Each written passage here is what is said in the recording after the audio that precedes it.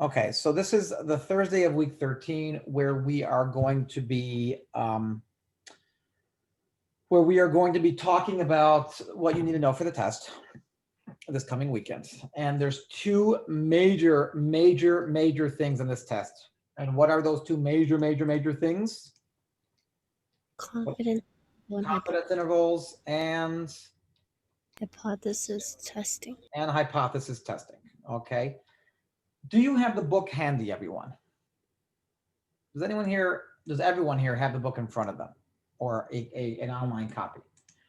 I hope you do. You come to class hopefully relatively prepared. But if you look, for those who have the book in front of them, if you look on the front cover, there is a summary of all of the test statistics that you need for all of the various situations. We're going to go through them one at a time, okay, for those who do have the book or do not have the book. So if you look on the very left of that page, can someone take a picture and send it? Because I can't just hold up the book in front.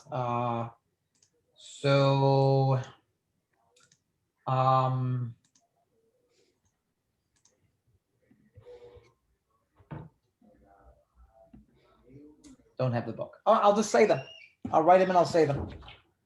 These are the summaries. Okay. So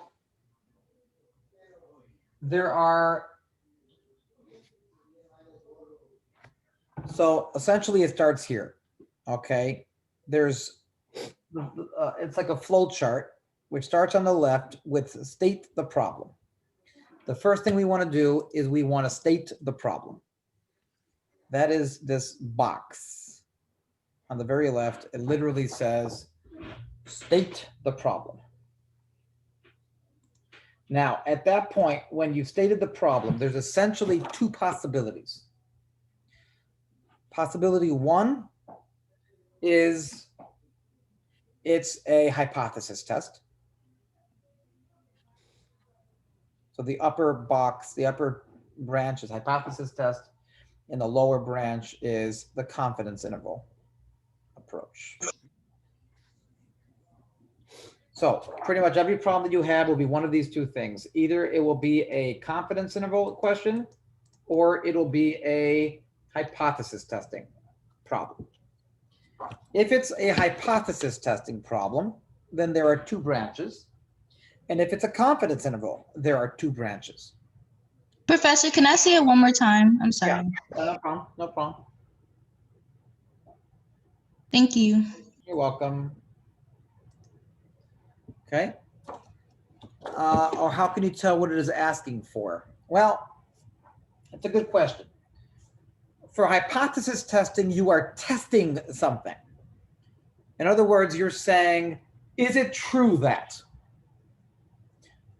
I believe, the average height of every American is 5'8". Really? Is it true? Well, let me test that. Let me see if that's correct or not. That's a hypothesis test. A confidence interval is when you do not know the value of something. So you want to create an interval and say, I believe with a certain amount of confidence that the value that I'm looking for is somewhere in the interval. Okay, so either you're testing something or you're estimating something. If you're testing a claim, you're going to use a hypothesis test. If you are estimating a parameter, like what's the mean, what's this, what's that, that's when you use a confidence interval. Now, in both cases, we've only had, we can now split both cases, both the hypothesis testing and the confidence interval, to two possibilities. Either one sample or two samples. One sample or two samples. So we can do that for the upper, or we can do it for the lower.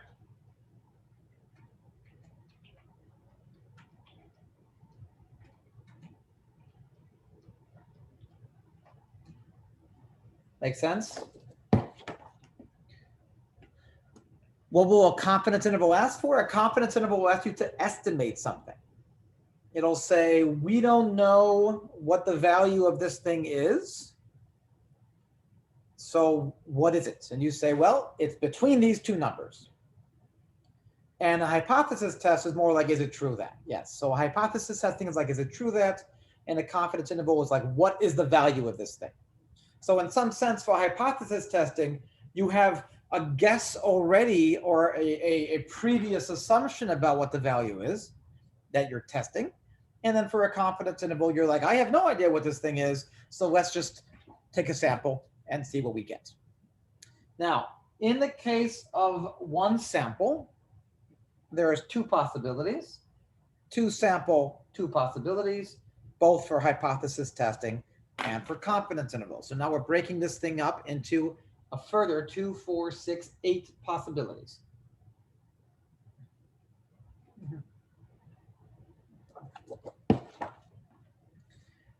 Okay. What are those two possibilities for the one sample? And what are the two possibilities for the two sample? Well, for the one sample, we only did two types of one sample situations where we have a hypothesis test about this or a hypothesis test about that. What are the two things that we've been working with for the hypothesis testing? Hypothesis testing about what two possible quantities? Well, no, not equal to is the three types of hypothesis testing, greater than, less than, not equal to. But I'm already in the hypothesis testing branch. I'm already in the one sample situation, and I'm looking for two possible scenarios dealing with one sample hypothesis tests. Now, of course, if you have the book, don't say it. You can just read it. I get that. But I'm saying for everyone else, can anyone tell me the two situations, the two scenarios that we have been working with this semester when it comes to hypothesis testing for one sample? Well, Is it random samples? No, they're all random samples. So the answers are either we're working with proportions or we're working with we're working with proportions or working with, this is the part where you answer, proportions or no? Means. We've been working with proportions. We've had hypothesis testing. Is the proportion equal to this? And means. Is the mean equal to this? We've been working with proportions and we've been working with means. And for two samples, we've been working with proportions. And can anyone guess the other thing? If you can't guess this or you're not talking, that means you're not paying attention because it's means, Professor. Yeah, it means. And then for confidence intervals, we have proportions and we have means. And for two samples, we have proportions and we have means. So we have all of these possibilities. Is it a hypothesis test? If it is it one sample or two samples? If it is it are we dealing with comparing with a proportion or mean, or two proportions and two means? These are the scenarios. Now, even within these scenarios, we had multiple possibilities that the book does not talk about. Okay, but there were multiple situations. Put it up again, sure. Is there a way to like freeze my screen so you guys can see it? Can I have that option? How do I, hold on. Pin. Am I pinned? If I move this, do you guys still see it? Or do you see me moving? So it's okay, I wrote it down. Okay, but do you guys see this or not? Yes? No, maybe so? Yes. Yeah, you can see it. But if I move it, you can't anymore. So I guess I didn't pin it after all. When it means pinned, it means that like if other people were talking, the camera doesn't switch to them. Oh, okay. Okay, that makes sense. So is there a way to, it doesn't look like there's a way to like just have it up there. Okay. So okay. So how do I get back to Spotlight? Okay. We can take a picture with our phones. Well, wait, before you do that, well, you know what? You'll take two pictures. Take this one right now. This is the one that where I haven't put in the formulas yet.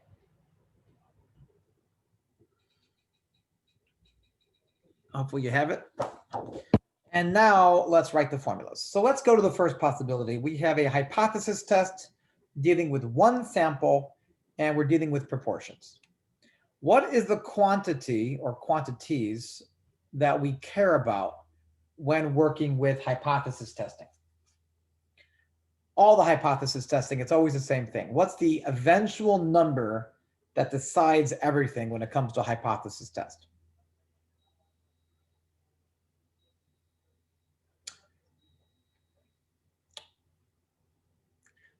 At the end of a hypothesis test, you always come down to a specific number.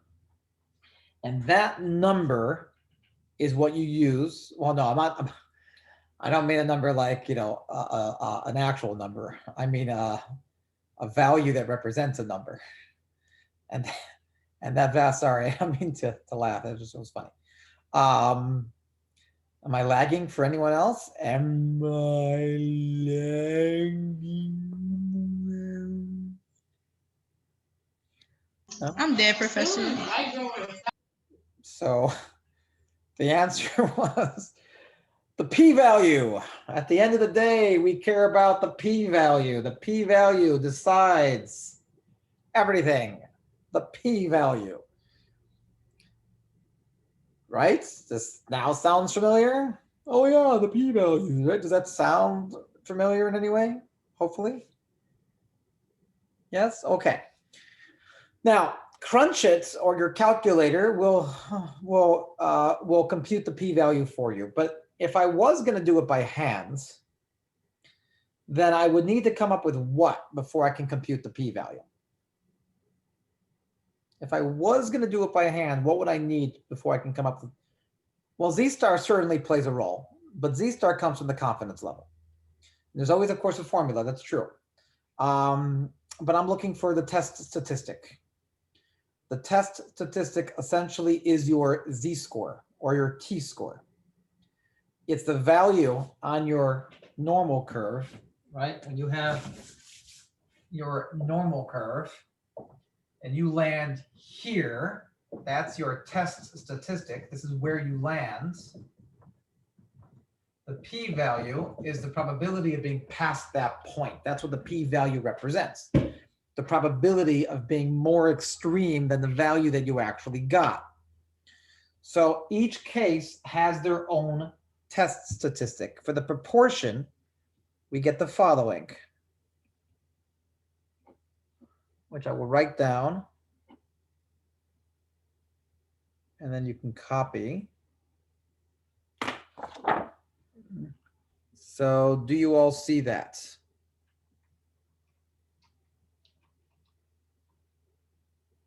Please move it like a little bit to the left. Yeah, thank you.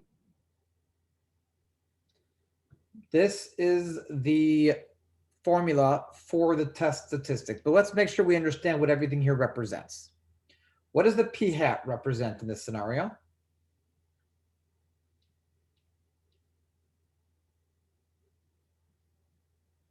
Nobody? Or are people typing maybe? I can't see, so I'm gonna hold it up. The p-hat, yes, the p-hat is the sample proportion. What is p-naught? What is the value that appears there and there and there? It appears 3 times. It's on the front cover of the textbook, right here, the front cover of the textbook.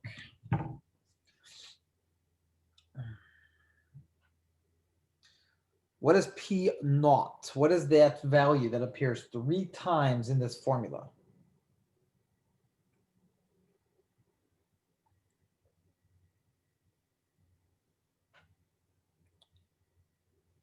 No, this is a proportion test, nothing about means. Remember, we've already gone into the proportion branch. So this is nothing about means. This is a proportion branch. So what is p-naught?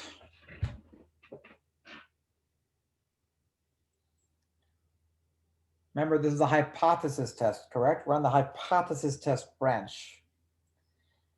A hypothesis test always has what? It has your assumption of what P is equal to. I believe boys and girls are equally likely to be born, and I want to test this. So my P naught is my null hypothesis assumption of the proportion, which is how much? What's the proportion of boys under the null hypothesis? 0.50. 0.50, yes. So P naught in that case would be your assumed value, which is 0.5.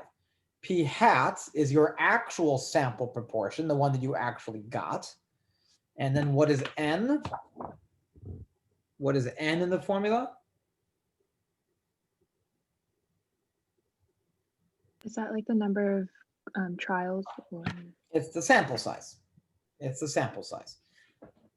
And that value that you get is where you land. If you're far from zero, if you're far from the center, that means it's a very unlikely result and your p-value is going to be very small. If you're near zero, that means you're somewhat near the center and your p-value is going to be large. When do you reject the null hypothesis? P naught is your assumed value under the null hypothesis, right? Your null hypothesis will be either that P is equal to some specific value, or your null hypothesis is that the mean is equal to some specific value. We haven't done any other hypothesis testing in our class besides these two.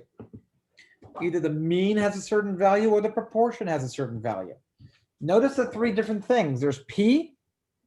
This is the true value of the proportion that we will never ever know. P naught is the assumed value of the proportion under the null hypothesis. And then P hat is our sample proportion. If our sample proportion is very far away from our assumed proportion, that's going to create a large numerator. And a large numerator will probably have the z-score pretty far away from the center, which means we're going to reject the null hypothesis. Because, wait, you said it was 0.5 and I got 0.8. That's far away. Chances are the null hypothesis is wrong. In the case of the means, we have a different formula.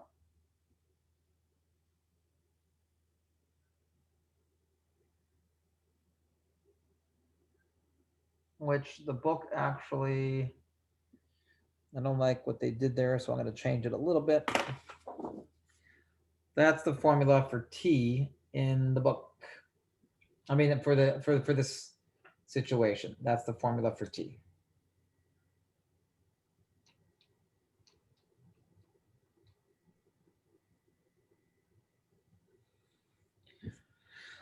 Let's make sure we understand what everything here is. What is X bar for this formula? Sample mean. The sample mean, right? You took a sample and you got a sample mean. What is mu naught for this formula?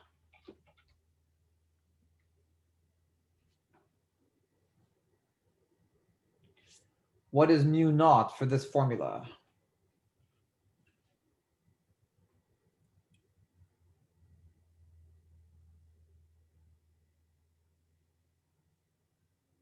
Anyone?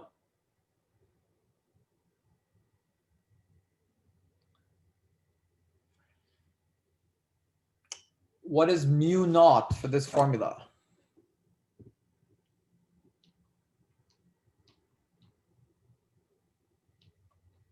The sample distribution. So say it again. Sample distribution. Well, it's got to be a number. So what do you mean? A sample distribution is a shape. I mean, what's the word? I don't know. I mean, I do know the word. I want you to tell me the word. Is it the z-score of it? Well, Because- we're calculating the t-score. This whole Oh, formula geez. is for the t-score. So the question is, what is mu naught in this formula? Yes. It's the assumed value for the mean under the null hypothesis. That's exactly what it is. Just like we have that P naught is the assumed value of the proportion under the null hypothesis, mu naught is the assumed value of the mean under the null hypothesis. What is S referring to?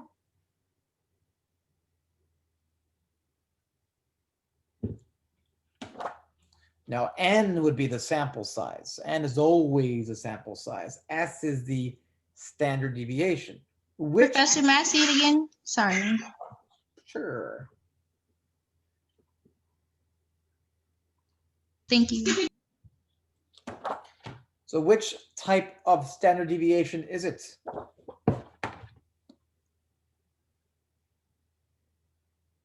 Which type of standard deviation is it?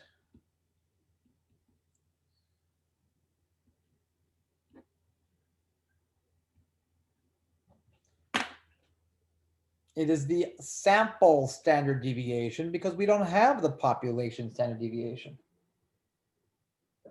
Not for any of these. It is the sample. We use S for the sample standard deviation. What if magically I did have the actual standard deviation, the population standard deviation? What if I had it? How would I adapt this in that situation? Why do we reject the null hypothesis if the sample value is larger than the assumed value? No, it's not just that it's larger. If it's much larger, if it's so far away from the value that we expect that the numerator is big, a big numerator creates a big z-score or a big t-score. A big z or t-score means that we have a value far away from the center. A value far away from the center creates a smaller p-value, and a smaller p-value is when we reject the null hypothesis. Right? This is stuff that we've gone over a lot.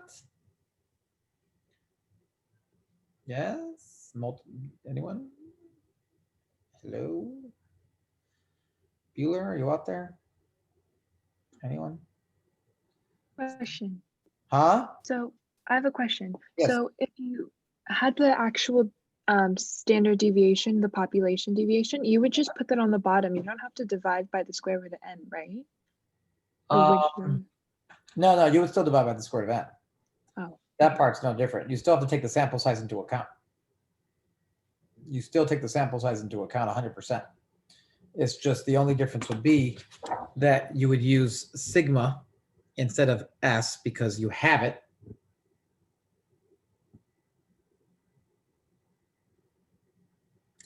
So rather than using S, you would use sigma. And because of that, we don't calculate T, we calculate Z. Professor, what does S stand for? The sample standard deviation. But isn't sigma the same thing? No, sigma is the population standard deviation. That's if I happen to know the actual value for the entire population, I would use sigma. And therefore I would use Z. And when I don't know the population standard deviation and I have to approximate it, I approximate it with S and use T. And when you use T instead of Z, what must you also compute? What must you also compute besides the test? Well, while you're computing the test statistic, what must you also compute in order to calculate T?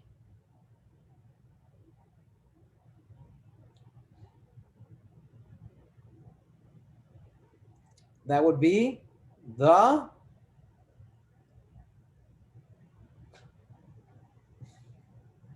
can I repeat? What must you also calculate? This, in order to compute the test statistic, you need to know obviously the sample mean because you plug it into the formula. The standard deviation, either sample or population, because you plug it into the formula. The assumed value under the yes, there it is.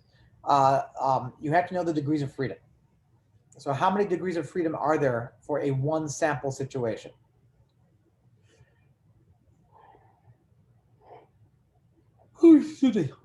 How many degrees of freedom? Zero. Zero. No, not zero.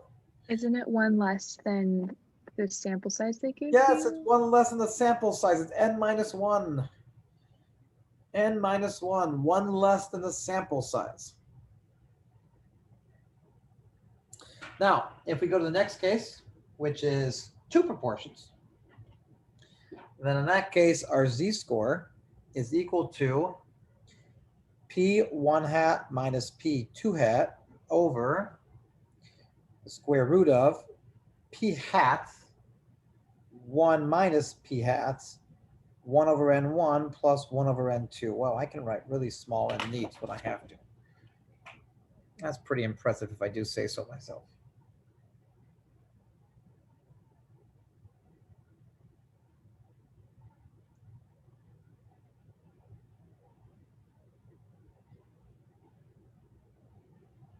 Yes, no, maybe so. What is everything in this formula?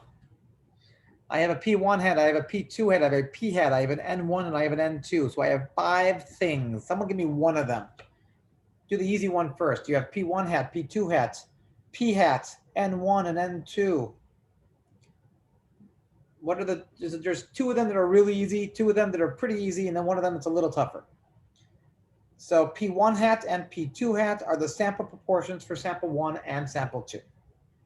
That takes care of the stuff in the numerator. P1 hat and P2 hats. Can you please move it a little bit to the left? Thank you. Yeah, sure.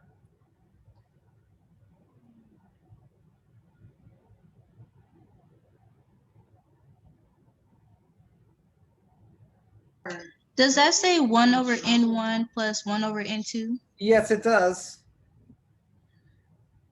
Okay, thank you.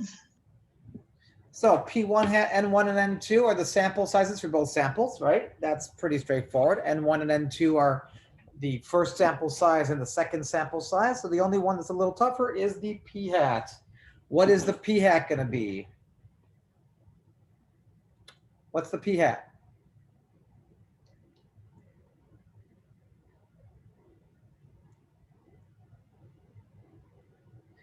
This is supposed to be a review, guys. I'm a little worried. I have to admit, this is supposed to be a review. No, nothing about the null hypothesis.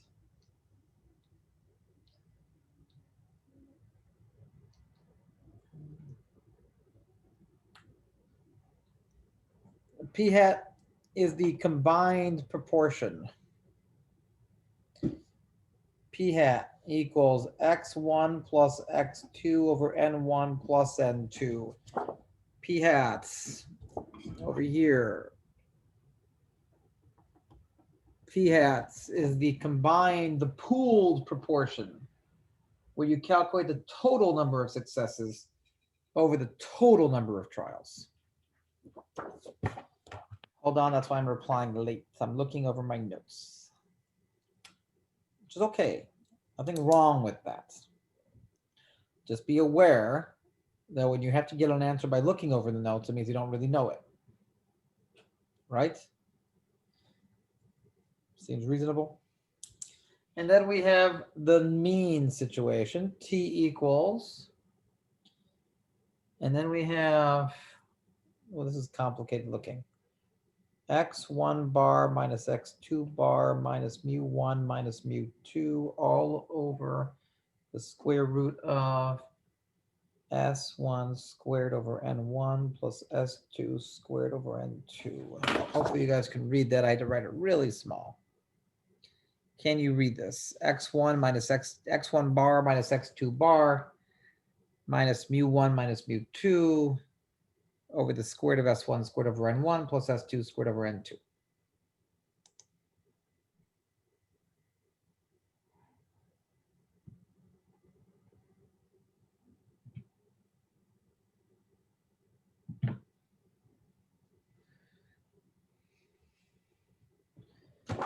Does that make, this is for, no, we're still in hypothesis testing.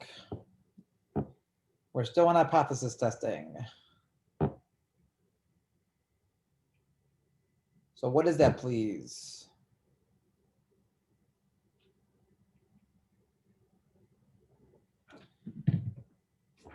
One more sec, please. Sorry. Okay.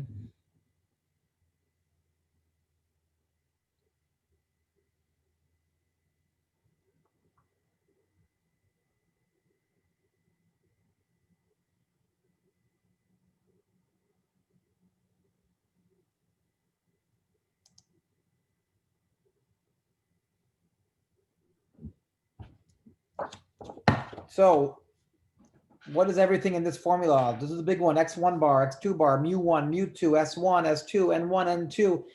8 things that we need to have for this formula to be valid or to be able to use this formula. What are those 8 things? Start with some of your easy ones.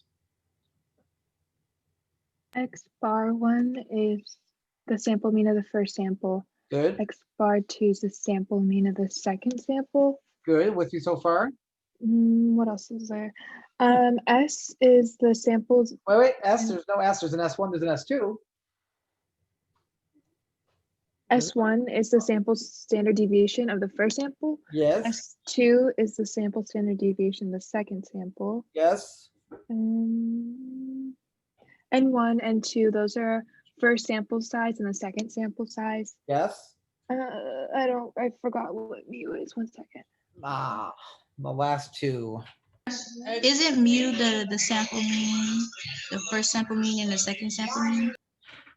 X1 bar and X2 bar are the first sample mean and the second sample mean. Not mu1 and mu2. What are those? What are mu1 and mu2?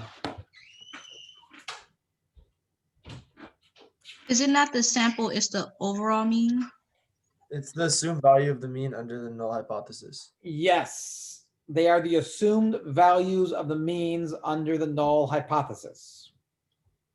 Every hypothesis testing, and I can draw a line now through this because we're kind of now done with hypothesis testing. That's the upper half. Every one of them has an assumed value under the null hypothesis and our value from our sample. That's why I've said multiple times that these types of problems are all the same. They're all built upon the same ideas.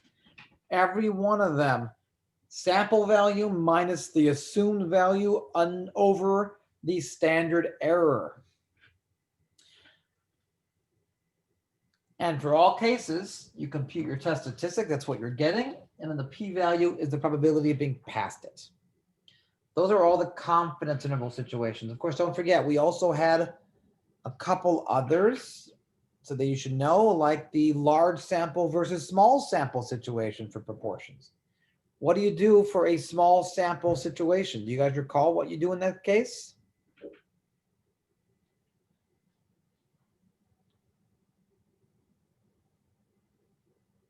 Well, nobody knows? Nobody remembers?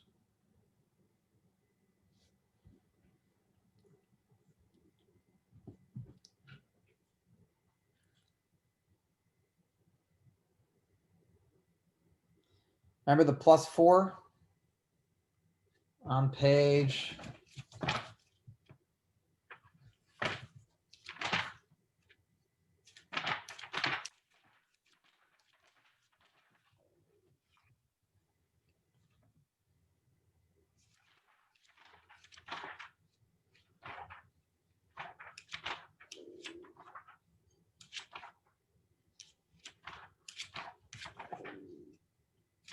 where the hell is it? Where's the +4? Anyone have it in their notes? +4 situation?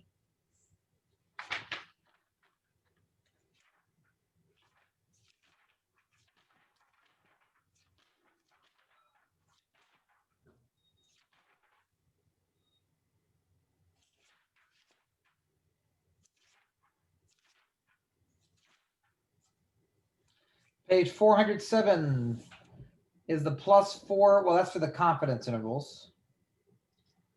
That's for confidence. Maybe it's only for confidence intervals. Might only been for confidence intervals. You don't have it in your notes. Well, it's on page 407 for sure, but that could be in confidence intervals. So let's get into confidence intervals. So the hypothesis testing is done. Those are the cases where you are testing whether or not something is true. A test about populations, a test about means, a test about two proportions, not populations, proportions, or two means. Now we're moving on to confidence intervals.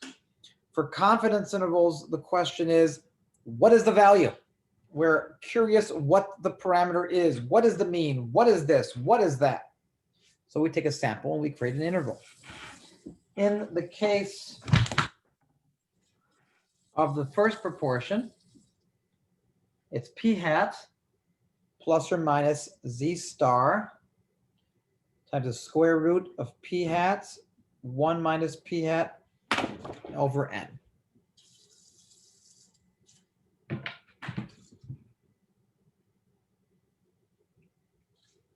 We can't see it, Professor. Sorry. Gotta answer a text. You know how it is.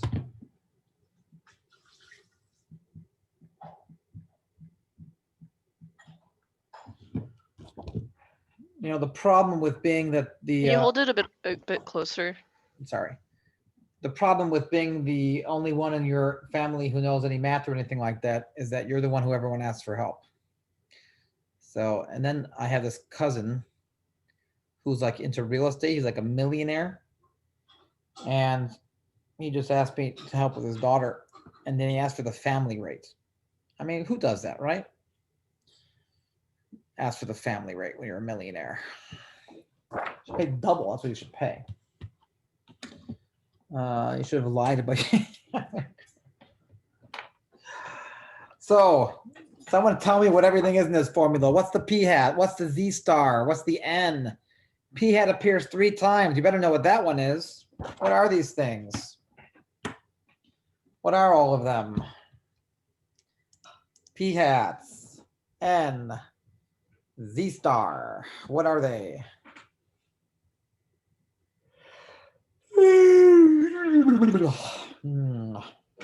P hat is sample proportion. That's good. It appears 3 times. You better know that one.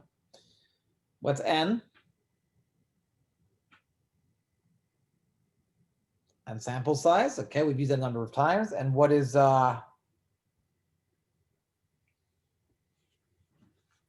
z star? How do I get z star?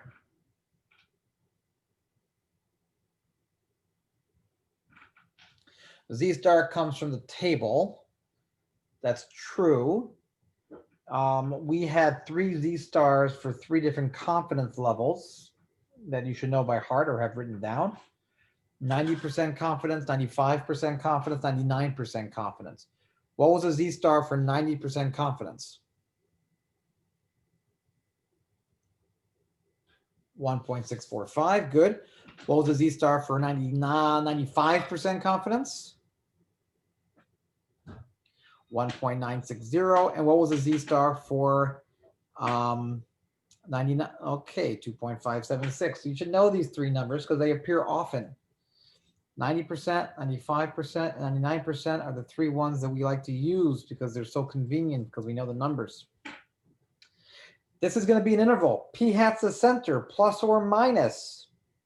Plus, minus. That gives me the 2 edges. So p hat minus z star square root of p hat 1 minus p hat over n gives me the left edge.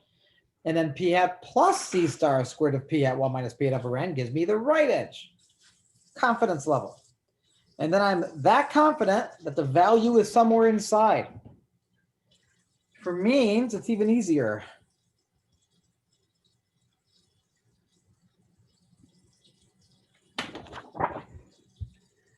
X bar plus or minus t star s over the square root of n.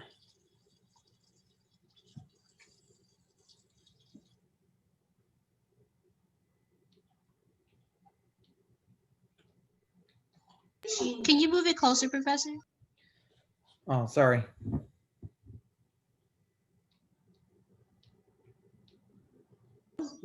We can't see it. Is that better?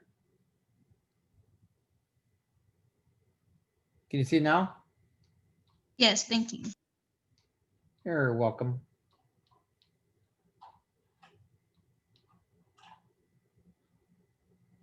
So what does everything mean in this formula? What's X bar? What's T star? What's S? What's N? What are these things?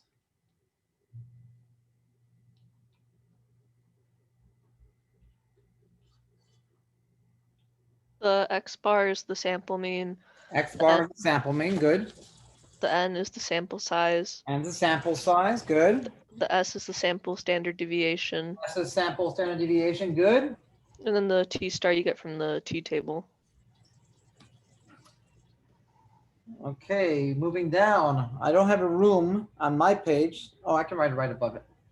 So it's P1 hat minus P2 hats plus or minus Z star square root of P1 hat 1 minus P1 hat over N1 plus P2 hat 1 minus P2 hat over N2. Can you guys see that?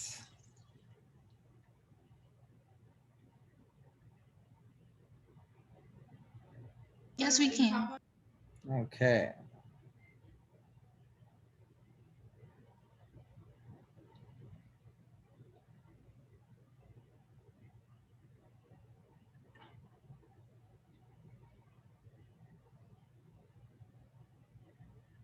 So what does everything mean in this formula?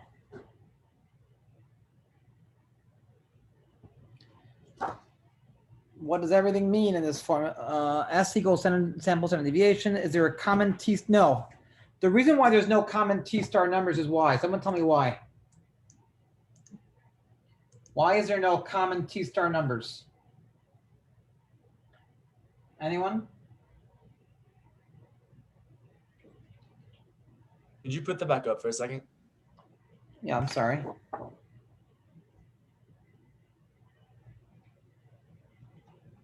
A little to the A little more.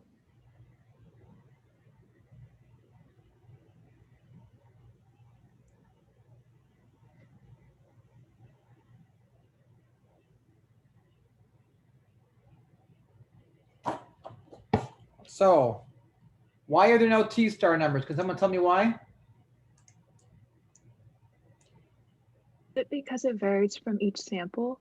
Why does it vary from each sample? What makes it vary? It didn't vary in the Z case for each sample. Why does it vary in the T case for each sample?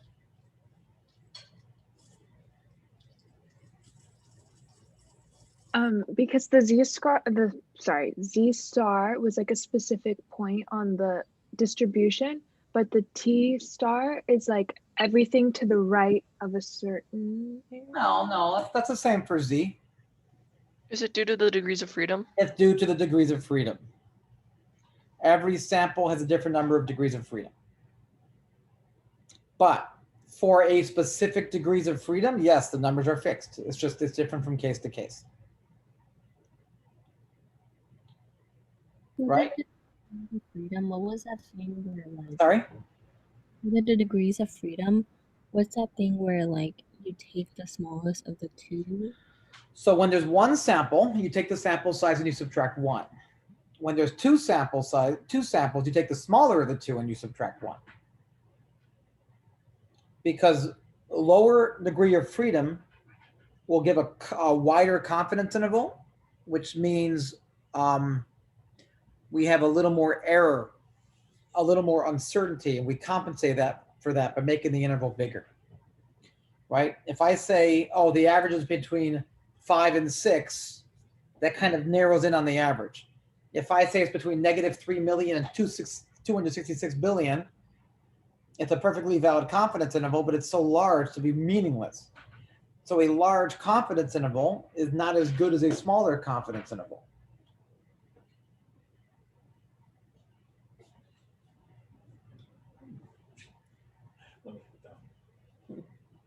Thanks. So a larger confidence interval is not as good as a smaller confidence interval. So a smaller number of degrees of freedom, it's the same thing as always. It's penny pasta. It's just this, and it's so little. It's so little. You can finish it like 3 bites. hot though. Good.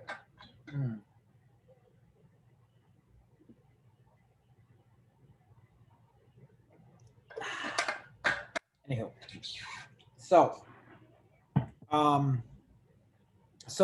a smaller number of degrees of freedom gives me a wider confidence interval because we have a little more uncertainty involved. And because we have a little more uncertainty involved, we make a wider interval. So P1 hat, P2 hat, N1, N2, Z star, your sample proportions, your sample sizes. Can't you rich cousin hire a tutor? He's hiring, well, he could, but you know, it's funny. A couple years ago, I got a client, a tutoring client in Beverly Hills, Bel Air. I'm sorry, not Beverly Hills, like way up in Bel Air, like the top. I mean, we're talking about people so rich that they didn't like their house so much they bought the house next to it just so they can have a nicer house at the same time. It's like, oh, that's a better view next door, so let's just buy that one. It's just crazy, crazy rich. My first time there, I asked for a certain amount of money, and they said, well, the last person we paid was this, so we'll pay you this, a little less. Which is fine, because they've still paid me so much money over the years. But it was like, my God, people so rich. You really need a haggle or a little, like, you know, squeeze me on that little bit? And I said that to someone. He goes, why do you think they're rich? Because they don't spend money when they don't have to. You know, people like us, we spend more money than we have to. That's why we're not as rich. Makes sense, right? So anyway, that's where we are now. Not rich, and you know, Jeff Bezos is typing.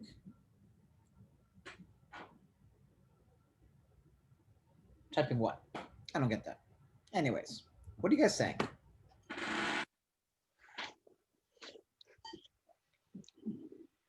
All right, next one. X1 bar minus X2 bar plus or minus T star square root S1 squared over N1 plus S2 squared over N2. So here we go.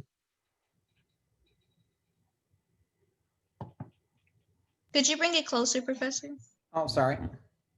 Is that better? Yes, thank you.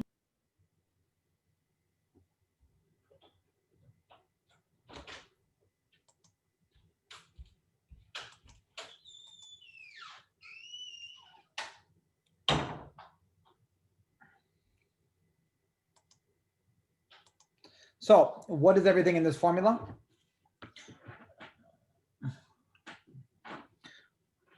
Richest man alive asked for a small loan of $1 million and put it into Bitcoin. That's what I would do. I put like 3 grand into Bitcoin. It went up to 40 grand. Then it dropped to like back to like 3 grand. And now it's like, I don't know, like 10. I don't know, it started going up again. Anyways, what is Professor, everything? I had a question. Yeah. The T-star table, can we look that up on the internet to get, or is it in the book? No, it's certainly in the book, and you will find it on page 645. So it certainly is in the book. But if I was going to use it, I would just do a Google search or something. It's faster. Just do like a T. What I would actually do, to be honest, if I were you guys, is before the test, I would, well, you had the whole weekend, but if it was a time test, like the final's probably going to be, I would have these charts already at the ready and have, you know, online you'll find different versions of the chart. So find one that you like for the Z, for the T, for the chi-square, which we're going to learn next week, and have, you know, have them handy so that you don't kind of search for them at the wrong time. X bar 1, 2 sample mean, S1, 2 sample deviation, N1, 2 sample sizes. The final will be timed, yes. The final is department. Every Math 140 student takes the same final. No, not this one. You have the weekend for it. What do I care? Do, you know, cheat, you know, hire some. Hey, hire me to do it for you. What the hell? I'm not that expensive. You know, just, you know, oh crap, we're being recorded. Oh well. But in general, in general, yeah, the final will be timed for sure. So just be aware of that. So these are our formulas. These are for confidence intervals. These are for hypothesis testing. Now that's not all you have to know. There are some other stuff like power,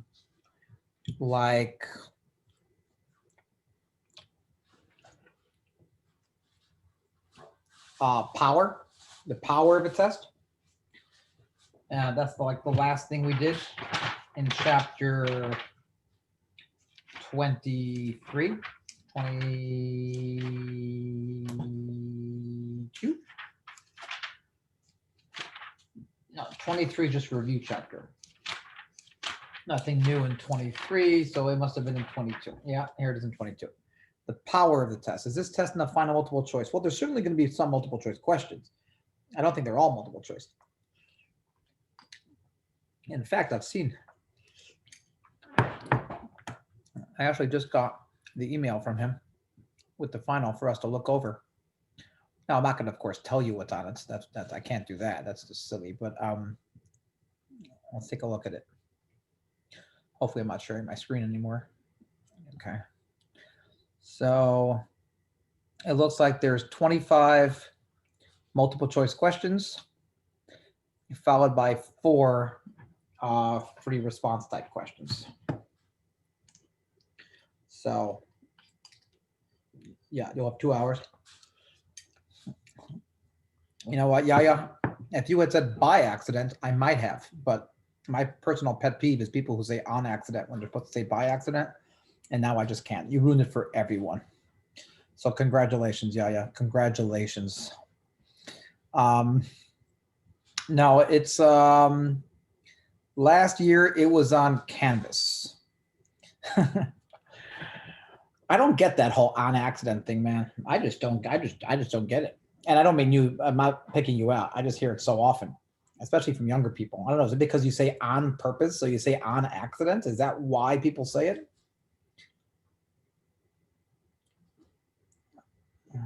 I don't know, but so many people say on accident. There's no such thing as on accident. It's either on purpose or by accident. English is a malleable language, and it could be that in 25 years from now, that's the new norm. You know, things do change over time due to how people pronounce things. That is 100% correct. Yeah, like, you know, you ever hear the word, it's not my forte? You know, oh, that's not my forte. Yeah, people say that because they want to sound impressive, but that's not how you pronounce it. You actually say it's not my fort. That's actually the correct pronunciation. But over the years, some people say forte, that some time from now, that will probably be the correct pronunciation. And it's now archaic to say fort. I don't know what the etymology is of where it's from. I just know that in English, the correct pronunciation is fort. Do we need to know the law of large numbers? The law of large numbers, I think, was an earlier test, or maybe it was this test. I mean, the law of large numbers is more of a conceptual thing. It just says, as the sample size increases, you hone in on the true value. That's right, Mariah, you haven't, because everyone says forte. That's right, everyone says forte, but it's not pronounced that way. It's pronounced fort, even though there's an E at the end. But just look it up. You know, do a Google search for, you know, pronunciation of this word. See what they do. Hopefully they haven't already changed it to the incorrect version, but who knows? Anyways. Excuse me, Professor. Yeah, go ahead. I tried to look up the T-star table in the ebook on the Launchpad, but I can't see how to find it. On the page that I told you to go? Yeah, I'm like looking through the chapters and trying to figure out what page numbers and stuff, but once I got to the bottom part, it was talking about it wasn't popping up 645. It was like 27 dash something. It wasn't like well, it could be that in the ebook there's a different format. So I would just do a Google search then. I mean, watch this. Ready? I'm gonna load this up. I can't load up the test, so actually, what a teaser that would be, huh? Here, ready? You guys want to see the test? I'll show you the test. I will show you one page of the test. There you go. That is the one page of the test that I will show you. So use that as you will. But for the rest of us, we are going to do a T table. First link, T table. I will go to the first image. And I will open the first image. And here, perfectly valid T table right there. So if you like this one, use this one. If you don't like this, use this one, use a different one. But this is it. Does that make sense? Is there like a T star and Z star calculator? Probably. Let's take a look. T distribution calculator. Very first one. Look at that. Put in degrees of freedom. Well, kind of negative, that's weird, but you put in the t-score that you get and you calculate the probability. What if you don't like that? I don't want to calculate it. I want them to give it to me. Well, let's go to this one. Same thing. Let's go to this one. I don't even know what that is. Let's go to this one.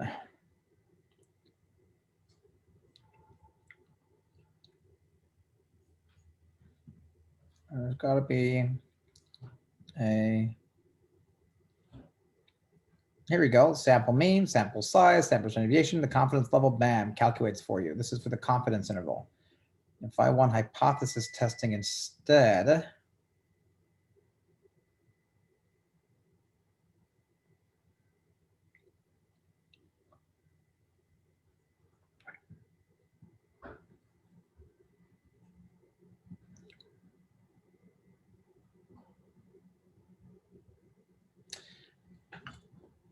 so all of these required you to calculate the distribution on yourself. And once you have the distribution, then you plug it in here and it will calculate the p-value for you.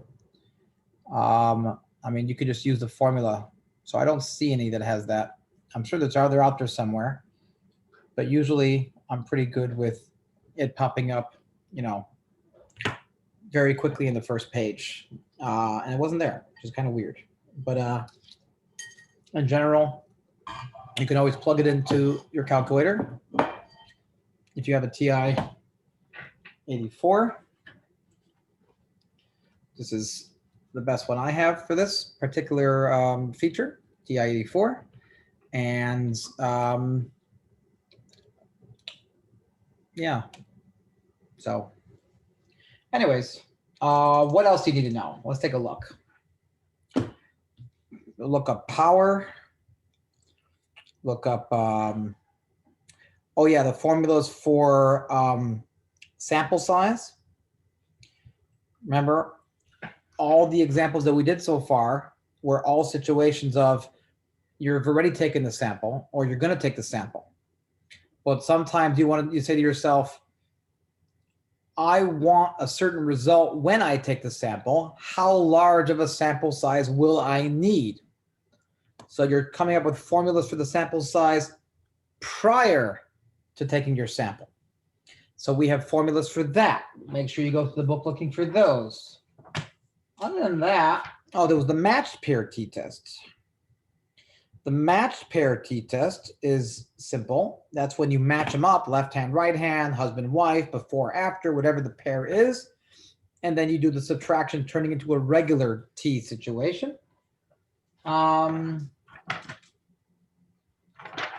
The +4 confidence interval, look that one up.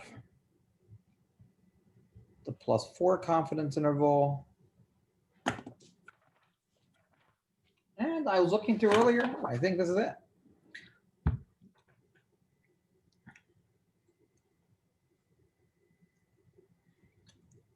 Could you bring it closer, Professor?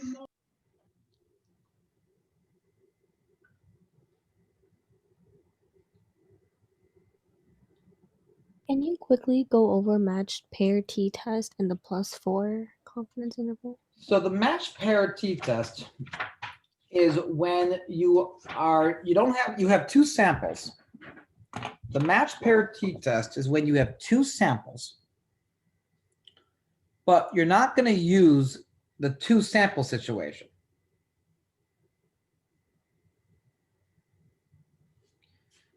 Okay, the match pair t-test, you have two samples, but you're not going to use the two sample situation. What you use instead is the one sample situation where you subtract the values, you calculate their difference. You will find this on page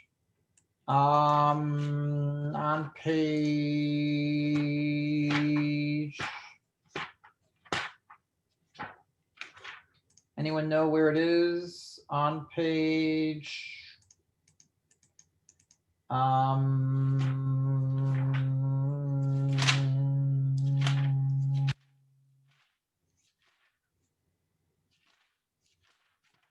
let's look it up in the intro, unless anyone knows. Hold on.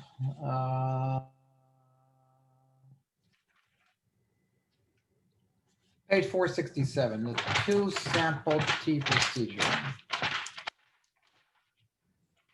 467, the two sample t procedure. And what chapter, Professor? This is in chapter 21. The two sample t procedure in chapter 21. And you will find it on page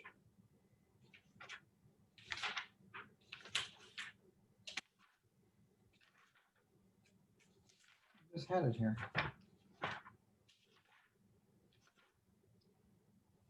467. Well, I thought it was, I mean, the front of the book said 467, but I'm looking at 467 and I don't see it on page 467. So that's confusing me because it said it was there, but it's not there.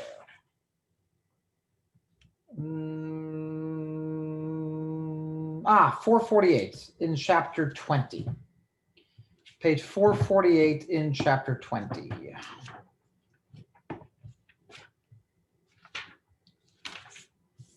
Matched pair. So the situation of the matched pair is it's very much like a one sample t-test. The question is, where do you get those values from? So you have two samples, but you're matching them. You're comparing them to each other. You don't care about their actual values. You care about the difference. What will be an example of that? Maybe something like you took a test, you didn't perform well, so you studied, and now you're retaking the test. Did that study program do a good job? It's not just that you have all these values from before and all these values from after, but it's the difference between the two values that you're really after. You're not after the individual ones themselves, but you're after the difference between them. Does that make sense what I'm saying so far? And as such, if you subtract them and calculate those values, then you have a matched pair t-test where it's the difference between the true values that you really care about. Yes, no, maybe so. Are people understanding what I'm saying at all? Am I talking out of nothing I say is making sense or what? So you're given two values in the question. You take the difference of it and then you use that in the one sample. Yes, exactly. You take the difference and you have those values, and now you have one sample of values that came from the difference. And those one samples you use in the one sample t-test. Okay, thank you. Okay, that's what a two sample t-test is. You're taking the one sample t-test and you're creating a two sample t-test out of it. Does that make sense?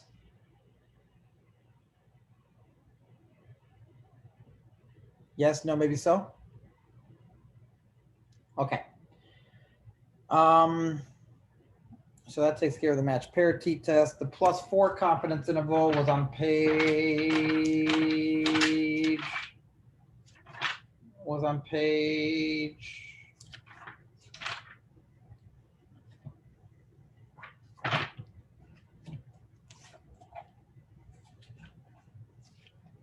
I think it was on page 407. Page 407. The +4 confidence, thank you, Maria. The +4 confidence interval is a situation where you want to you want to use your test, but your sample size is too small. You don't have enough successes and failures. Because if you remember, there were conditions for these things. And one of them was you have to have at least 10 successes and 10 failures. And the question is, what if you don't have 10 successes and 10 failures? Well, then you go to the small sample situation on page 407, where you change your values. Instead of using p hat, which was the number of successes over the number of trials, we switch instead to p tilde, which was adding, anyone remember? Well, adding 4 to the denominator. Instead of using the number of successes, we add 4 and adding 2 to the numerator. So we have p twiddle, or p tilde, depending on how you want to pronounce it, is x plus 2 over n plus 4. If you have the 2 sample case, where p1 hat is x1 over n1, and p2 hat is x2 over n2, then we do something similar.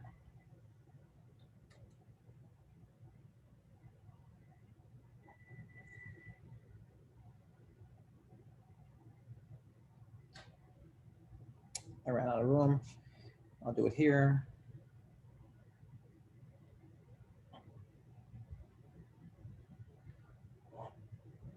Okay. So in the first case, we have p hat equals x1 over n, and p twiddle equals x plus 2 over n plus 4.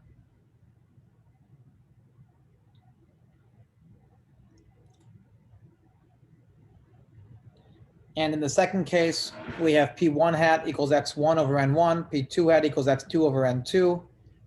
And we have p1 hat, p1 twiddle, we add 1 on top and 2 on bottom. P2 twiddle, we add 1 on top and 2 on bottom. And it's only when we combine them that we add 2 on top and 4 on bottom.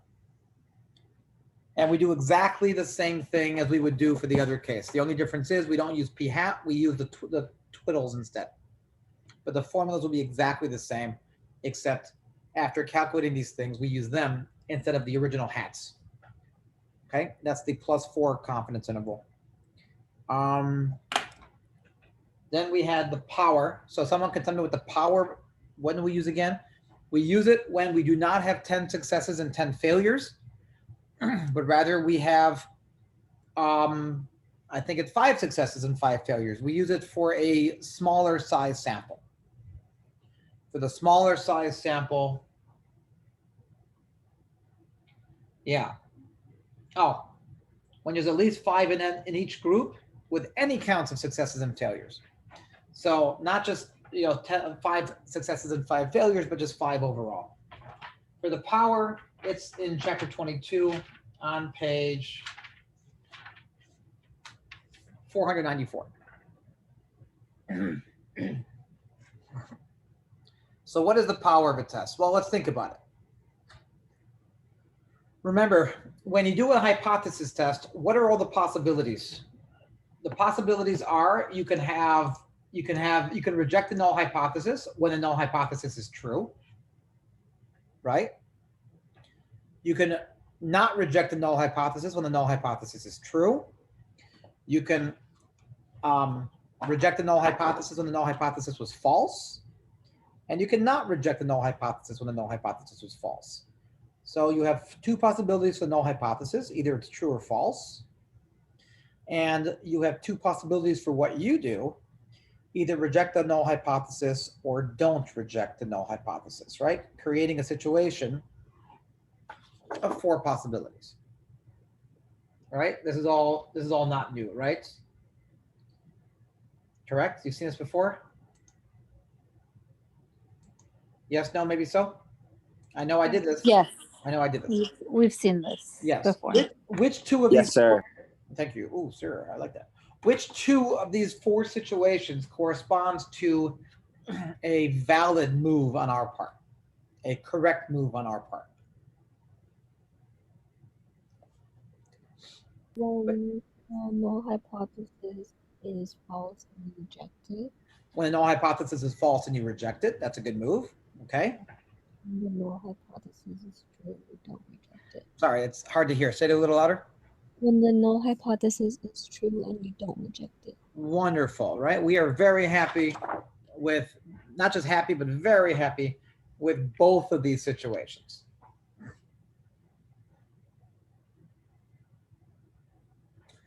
Now, what if the null hypothesis is true, but I reject it? Did I make a mistake? I think it's called the type 1 error. Called a type 1 error, and the other one is a type 2 error, right?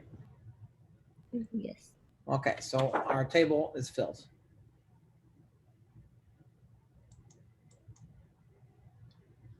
Now, alpha is the probability of making a type 1 error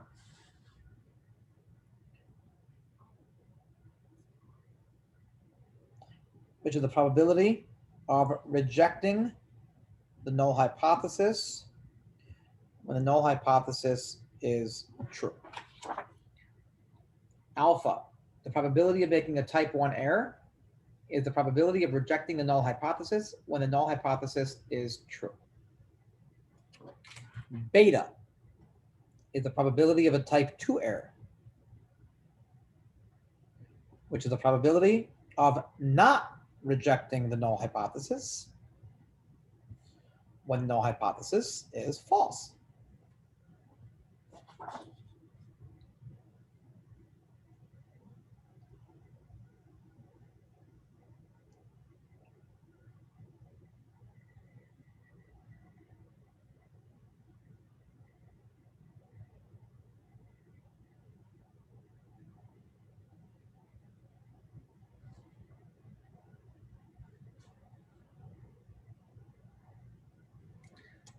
The power of a test is 1 minus beta.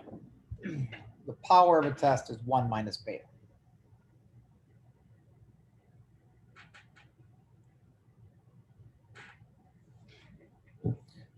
Okay, the power of a test is just 1 minus beta.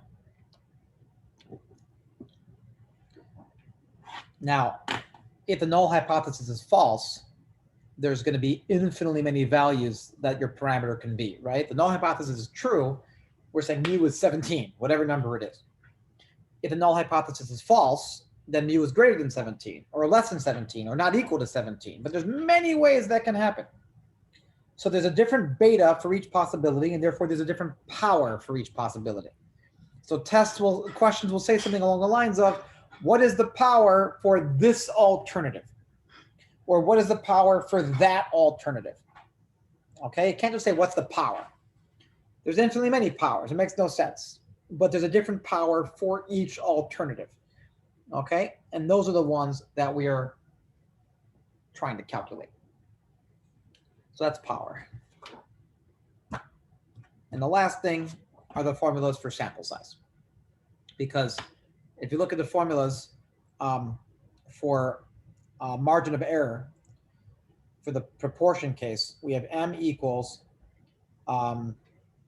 z star square root of p hat 1 minus p hat over n. That's the formula for the margin of error in the case of the proportion. If I solve for n, I have these p hats in there, which is a problem because I don't know p hat. So if I solve for n first mathematically, I get n equals z star over m squared times p hat 1 minus p hat. That's just what the math gives me. So what do I replace p hat with?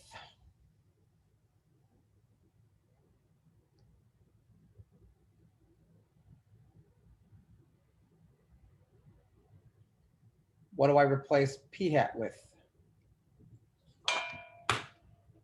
Hold on.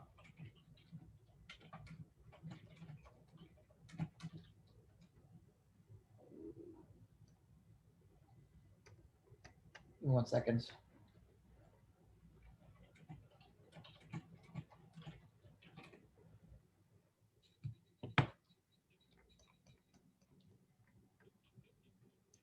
Okay, so what do I replace p hat with, please? No, remember, even with P squiggly line, I don't know P squiggly line because this is before the sample was taken. I don't have a P hat. I don't have a P twiddle. Okay, I have nothing in that regard. I replaced P hat with 0.5. I replaced P hat straight up with 1/2. Okay, straight up with 1/2. Because I take the most conservative possibility, and the most conservative possibility is that P hats is 0.5. I can't go into the calculus involved in this one, but mathematically, it gives me the highest possibility for N. So it's the most conservative possible estimate. Okay. And that's it. And then the other possibility is M equals Z star sigma over the square root of N. This one has no such problems. It's just Z star over M squared times sigma squared. So the first one is margin of error for proportion, and the second one is margin of error for mean? Yes, exactly. There's two possibilities, one for proportion, one for mean.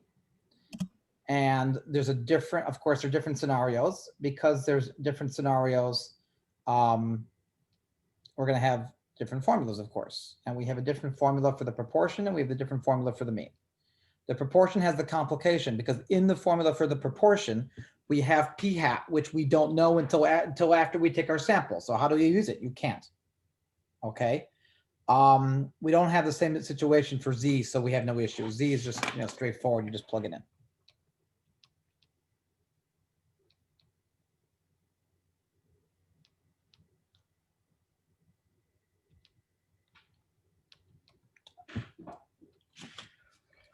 And that's all she wrote. So are there any questions on this?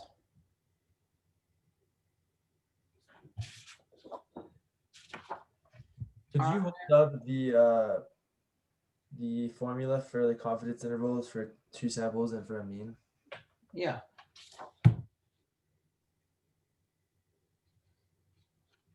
I mean, from this chart here? Yeah.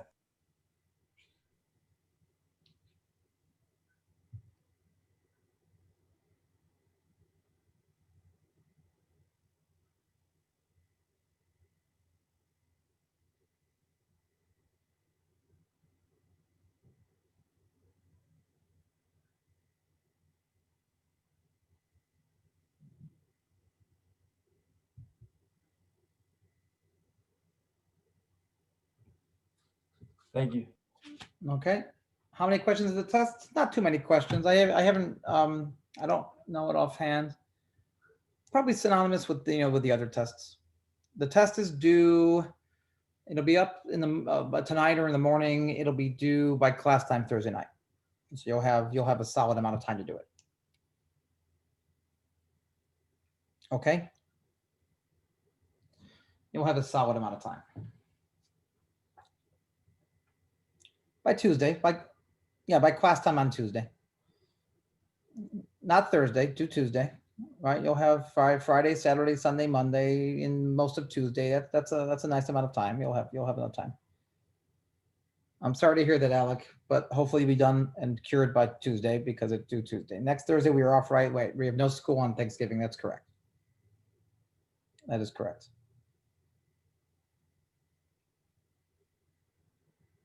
Don't eat upper crust pizza. I will try not to eat upper crust pizza. It's certainly something that I was planning on doing, but I'm gonna pass on that. I'm not gonna have upper crust pizza. I don't know what upper crust pizza is. Is that like deep dish? I don't know. I'm gonna stop recording now.